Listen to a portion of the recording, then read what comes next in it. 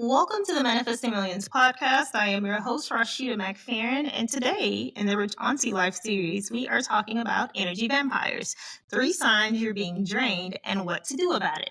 But before we get started, I want you to head over to Rashida.ai and download your Manifesting Millions freebie, and then come back over here and spend a good 15 to 20 minutes with us listening to how to avoid energy vampires. Our Crypto Made Easy Bootcamp is live for $99. You can find it on my TikTok, Facebook, or Instagram page. And what we're going to do now, since it launched technically last week, we're going to put it into an evergreen model. I initially had it set up in a challenge format so it can be really interactive. It's going to be available for purchase in evergreen, so you can be able to go at your own pace, on your own time, based on your schedule. And then what I think I may continue to do is run the challenge week by week and get a new group of 100 people in, have them go through the challenge, give me feedback, and then make it better for the next go round. The focus of the bootcamp is literally what it says. It's Crypto Made Easy. It's to teach you how to open your first investment account with Coinbase or whatever your brokerage is. My specific preference is just Coinbase. And then to put together your first portfolio and make your first investments to get you started. I want people to start thinking about crypto as it being simple to invest in. It doesn't have to be complicated. I'm going to be your guide. I'm going to be with you every step of the way. My team will be around if you have questions. We just need a little time to get back to people because it's 100 of you and it's just a few of us. It is active. It is live. You can join at any time. You join the Manifesting Millions Circle first for free, and then you could purchase the bootcamp, which is technically listed for $199, but with the 100 off one code, it'll take $100 off the price for you to get you started. We're going to be talking about energy vampires, and I have been emphasizing and talking about keeping your boundaries in place and protecting your peace and your pockets. So let's go through the first 3 signs of the fact that someone's an energy vampire, and then let's talk about what to do about it. Number 1, we have the negative person. You always have the choice to choose between a positive action and a negative action. And a lot of times people just choose negativity because they choose to stir in their own stew. Don't get it twisted. I understand that life happens and sometimes your attitude is just in the dumps because stuff happens and is messed up and you don't feel like being positive. You don't feel like being happy-go-lucky. But you also need to understand that you are only allowed to dwell on your misfortune for so long before you have to pull yourself out of the dumps and get back to what it is that you're doing that makes your life work. And so when we have people around us who are negative and they drain our energy, it can take from your energy stores, your energy frequency, your energy currency. And you don't want anybody pulling down your light or pulling your light out of you because you need all of the positivity that you can get based on the world that we live in today. And so that first person that we're looking for is if they're automatically negative off top, you want to just kind of avoid them and or distance yourself away from them considering who they are in your circle. Number 2, self-centered people.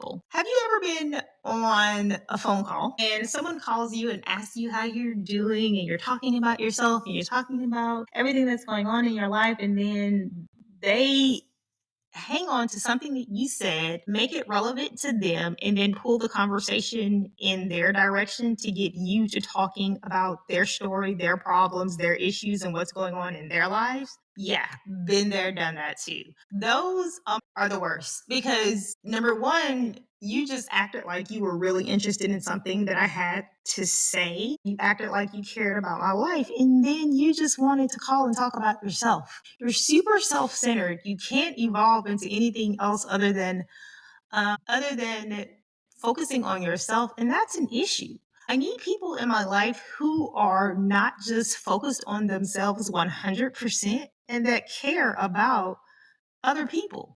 So if you have people in your life like that who tend to divert the focus from you to them when you're thinking that it was just them being genuine, you want to get rid of them. You want to get rid of them, or you want to minimize your contact with them to a level that is not impacting you, because those relationships are always going to be self centered around that person. Then, number three, you have the chaos creators. When I tell y'all, there are people in this life who literally thrive from chaotic energy. And when I say they thrive from chaotic energy, it's like their whole life is a drama sitcom. When I tell you it's cute when you're younger, okay, girl, you really about the drama, or boy, you really about the drama. Girl, that's too much drama for me. But as you get older, you don't want those kind of chaotic energy people in your life, because they will bring chaos to your doorstep, sit it down at your doorstep, expect you to solve their problems, and then leave you with their dead energy. And you wonder why you feeling off. You wonder why you can't get your energy back up to the level that it was before you started interacting with them and their situation. Exit stage left. We're not doing it. I've just gotten to a point in my life that I simply will not tolerate people trying to bring their drama to my doorstep, unload on me, and then leaving it for me to clean up, and then have the expectation attached to it because I'm such a good leader or a good friend or a good listener that I'm supposed to clean up their mess. No, you're going to clean up your own mess. You're going to take that shit to a therapist, excuse my language, and or a life coach who you can pay to listen to you, because I don't want to hear it. I have my own life. I have my own sitcom that I am starring in. And the last thing that I need to be doing is trying to figure out how to help someone solve their own drama that 9 times out of 10 they created and they could have avoided because they weren't mature enough or strong enough to make a better decision to put themselves in a better situation. I'm so over it.